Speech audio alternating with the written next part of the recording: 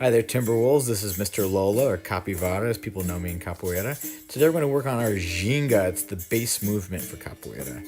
Ginga means to sway in Portuguese, so you can see it's kind of a swaying motion back and forth. It's the base movement for Capoeira from which all of our moves come from. We can do many different movements, like here is a very basic kick called Melo de Frente. Then we can also do dodges like this Cocorinha, getting nice and low. And then we can even do moves from back. When I'm stepping back, I step into this move called a Meio de Compasso, which is a kick, and then right back to Ginga. So we go from the Ginga to moves, and we go right back to Ginga. So the first step, we want to make sure we're nice and low, nice and strong.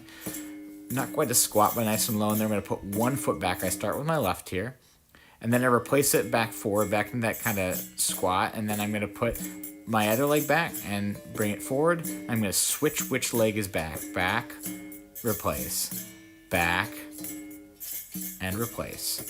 So that's our first step, and you can see here that I have both my knees bent and I'm nice and low and strong. I don't want to be standing up really tall. So we're going to use a little tape now to help us know where to put our feet. So first of all, we want to be nice and reasonably wide. You can see I'm still pretty wide here. My feet aren't together.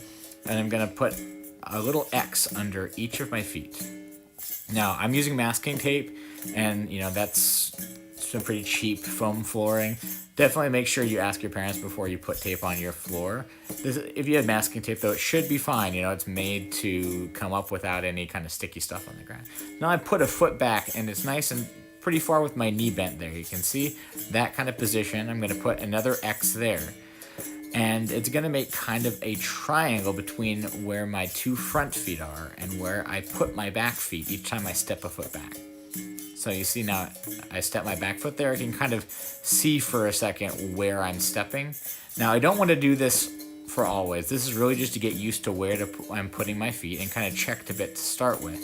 And I want to get past it and be able to just feel where I put my foot. But to start with, I think if you're doing this at home, this is a good way to get used to a nice low ginga with spreading your legs out. See, here's this triangle where I put my front feet and where I put each back foot. And you don't have to have your back foot exactly on the X and the backs, but as long as it's pretty close, within an inch or two of that back when you're doing well. Let's work on our hands now. So you can see when I put my leg back, I also put one of my hands forward, and that hand is always the same hand as the foot that I put back. You can see it's nice in front of my face to guard. It's not next to my face, but it's in front of my face, and I switch it each time. So I bring my leg forward, I come to the middle, and then I just do a nice big switch. You can make it very obvious.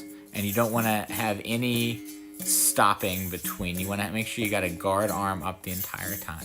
So again, if my right leg is back, my right arm is forward. So then I can just kind of put this all together and try and get a little swing into it and move this whole time. And this is what Ginga looks like now. So you can see here that we've got a number of different steps, and it builds up to this very smooth move that are the base move. And that is how you Ginga.